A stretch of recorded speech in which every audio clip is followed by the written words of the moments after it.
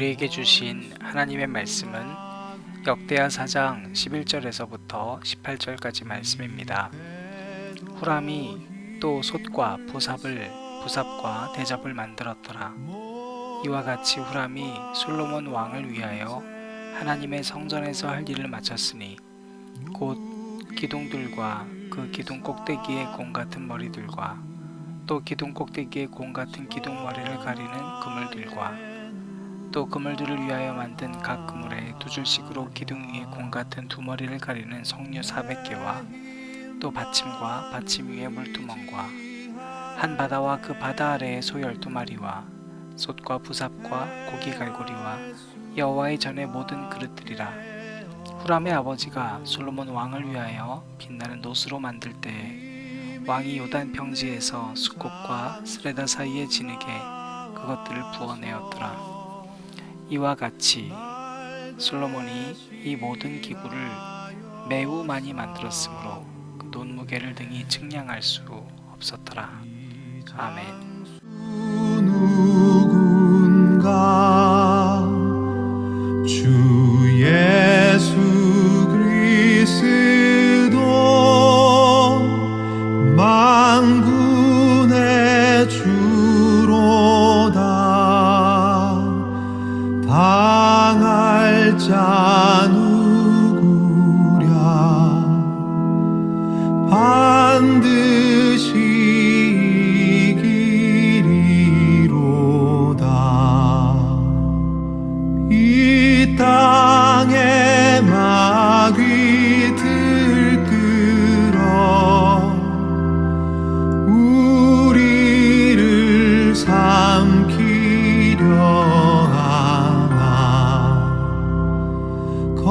겁내지 말고 섰거라. 진리로 이기리로다.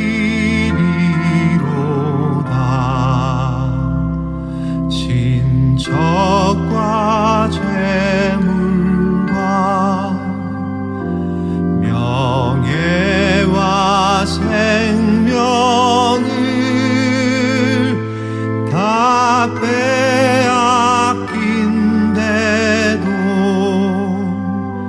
진리는 살아서 그 나라 영원하리라.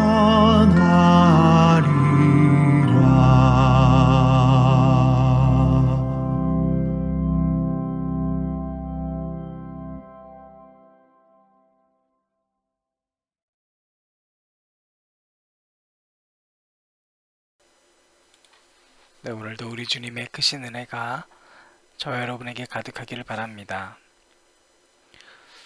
우리 솔로몬에 대해서 계속해서 역대하 말씀이 이어지고 있습니다. 여러분, 하나님께서 우리에게 이때에 또 이런 말씀 주신 이유가 분명히 있을 겁니다. 제가 목회하면서 부족한 게 많아서 이기도 하지만 확신이 있는 것은 최대한 제가 임의대로 본문을 선정하지 않는 겁니다. 아무리 제가 비전을 받았다고 해도 그것이 정말로 특별한 상황이 아니라면 여러분, 주어진 말씀에 우리 상황을 해석하는 것이 훨씬 중요하다고 생각합니다. 특별히 교회를 섬기는 일이나 또 우리가 매일매일 주어지는 큐티 생활, 그리고 우리 교회가 공적으로 함께 읽고 있는 정독 말씀들을, 이 모든 것들을 우리가 함께 해나가며 느낄 수 있는 것들이 있습니다. 순종해야 되겠구나. 여러분, 우리가 하나님 말씀의 말씀을 보고 우리 상황을 해석하지 않으면 우리가 한 가지 실수를 반복하게 됩니다. 바로 또 반복하고 또 반복하고 또 반복해요. 그게 오늘 말씀 제목이거든요. 자꾸 반복하는 이유가 뭐냐면 여러분, 말씀대로 살지 않기 때문인 거예요.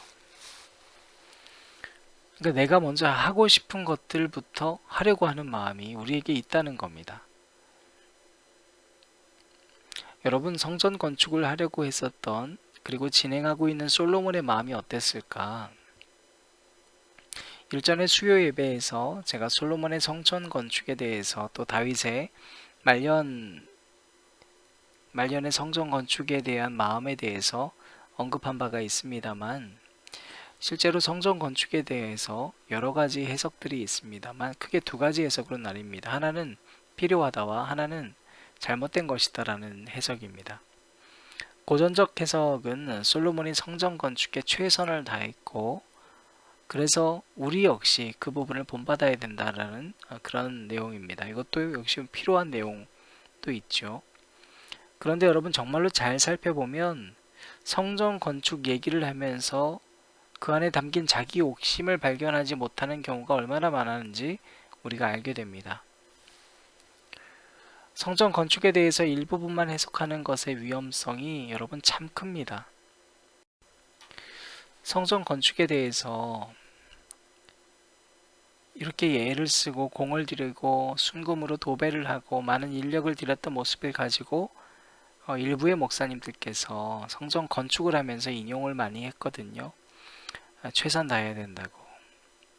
여러분, 물론 최선 다해야 하죠.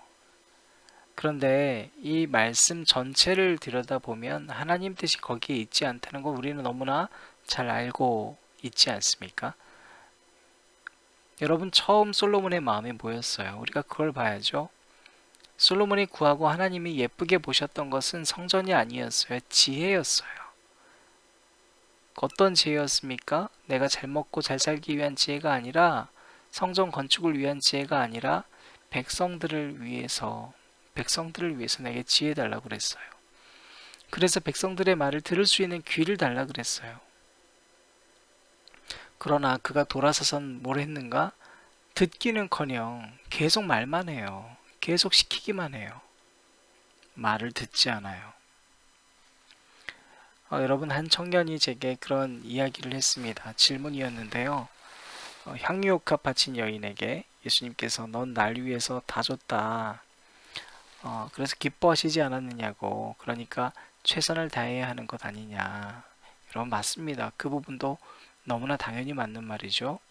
그러나 솔로몬의 모습에게 우리가 성경 말씀을 통해서 볼 수 있는 향유옥합 여인과 궁극적으로 다른 점이 있다면 바로 고백과 삶의 불일치 이외에 또 한 가지가 있음을 우리가 이야기하고 넘어가야 할 것 같습니다. 바로 역대하 2장 1절입니다. 솔로몬이 여호와의 이름을 위하여 성전을 건축하고 자기 왕위를 위하여 궁궐 건축하기를 결심하니라. 자, 솔로몬이 결심했습니다. 주어와 동사는 일치합니다. 그러나 마음은 둘로 나뉘었습니다.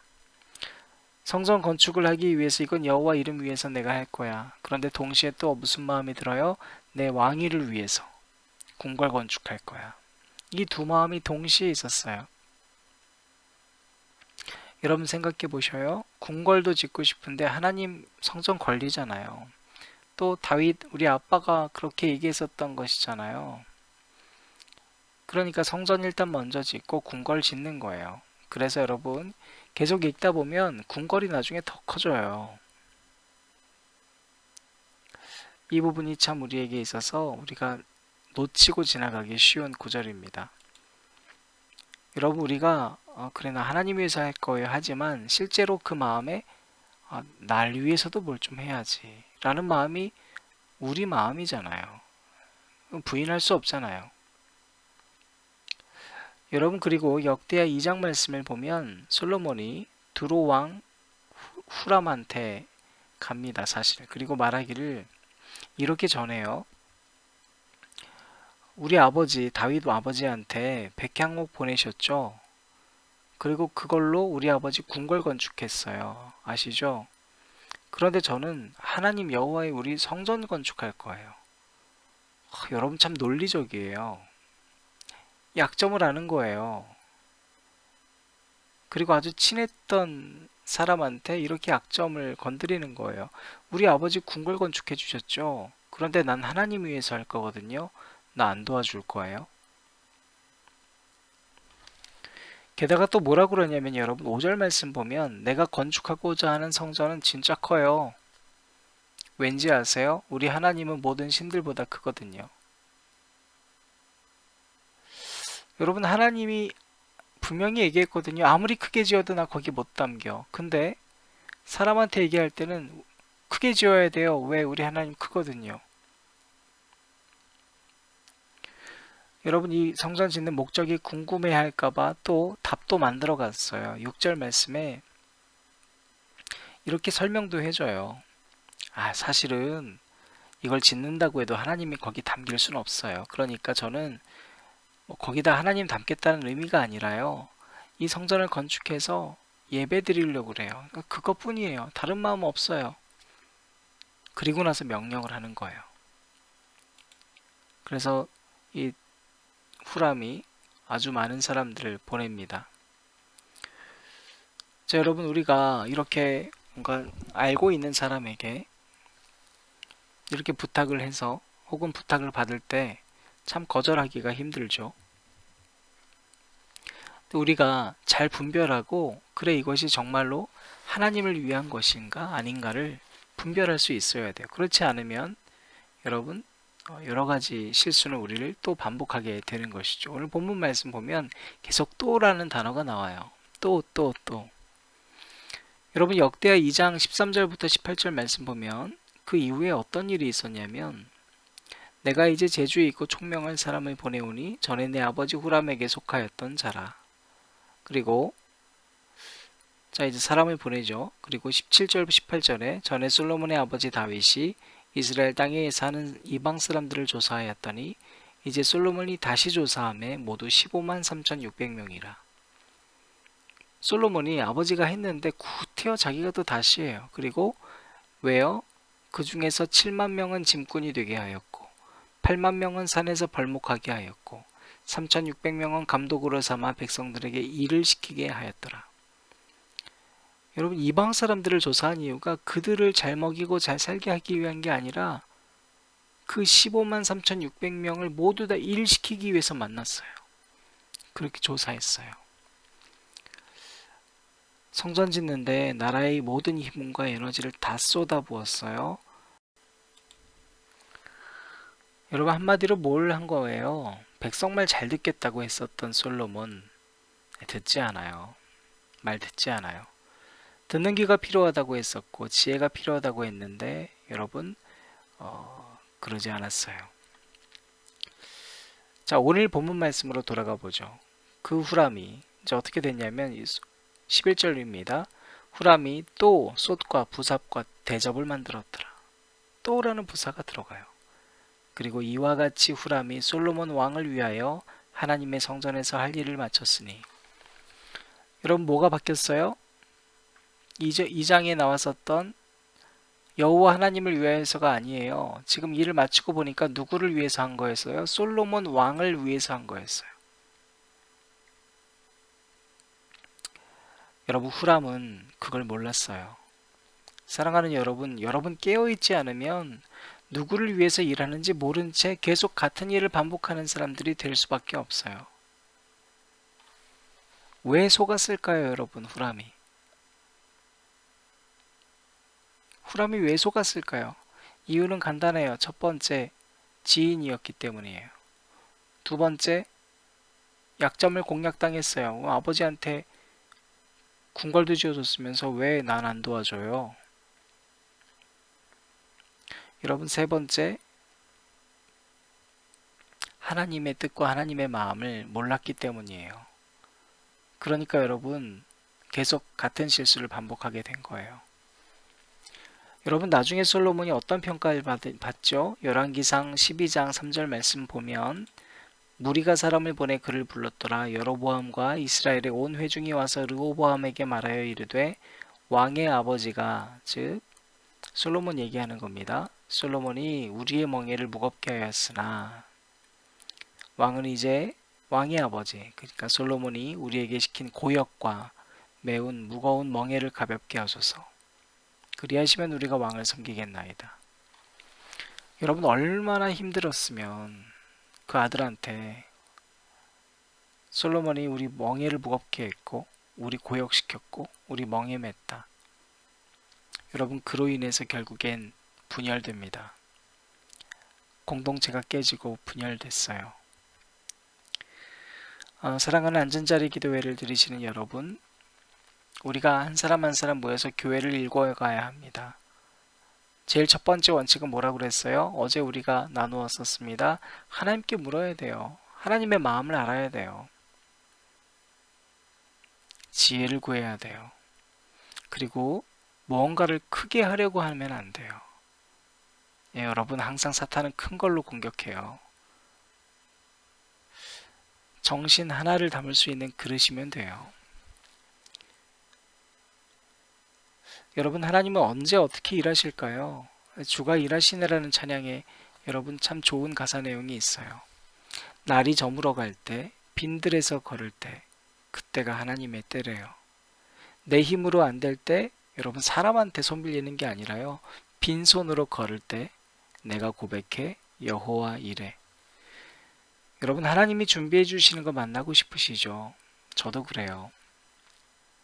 함께 교회를 세워나가야 하는 때가 됐어요. 여러분, 이제는 1단계로 다시 풀렸잖아요. 저는 이런 생각이 들어요. 그렇게 우리가 열망했잖아요. 하나님 모이게 해주세요. 우리 모이면 정말 예배가 뜨거울 거예요. 근데 하나님 마치 이러신 것 같아. 정말 너네 모이고 싶었어? 그럼 예배가 된다고? 알았어, 그럼 그렇게 해봐. 어디 정말 예배 드리나 보자. 사랑하는 여러분, 우리 어떤 교회를 세워가야 할까요? 그리고 여러분은 어떤 일을 요즘에 하고 계세요? 후람처럼 또 일을 하지만 결국엔 공동체가 깨어지고 하나님 마음이 아프게 되는 그런 일이 되지 않도록 우리가 늘 빈들에서 하나님과 동행할 수 있는 한 사람 한 사람 됐으면 좋겠습니다. 그때가 하나님의 때인 줄로 믿습니다.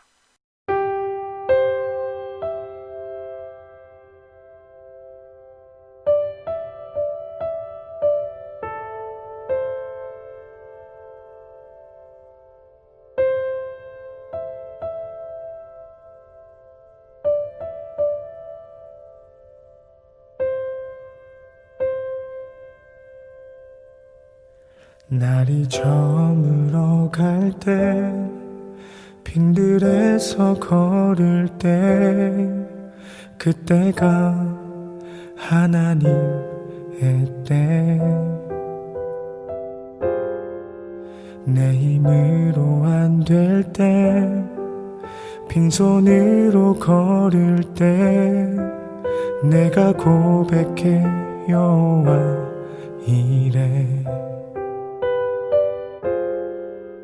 날이 저물어 갈 때 빈들에서 걸을 때 그때가 하나님의 때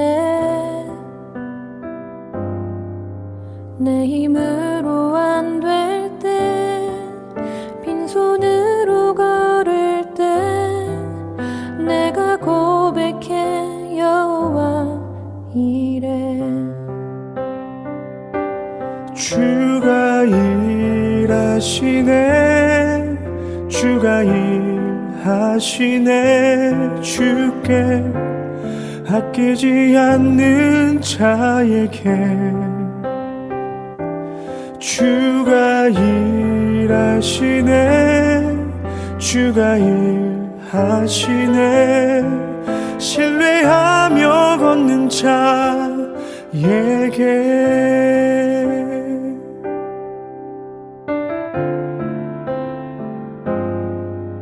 우리 모인 이곳에 주님 함께 계시네 누리네 아버지 은혜 적은 떡과 물고기 내 모든 걸 드릴 때 모두 고백해 여호와 이래 주가 일하시네 주가 일하시네 주께 아끼지 않는 자에게 주가 일하시네 주가 일하시네 신뢰하며 걷는 자에게 주가 일하시네 주가 일하시네 주께 아끼지 않는 자에게 주가 일하시네 주가 일하시네 신뢰하며 걷는 자에게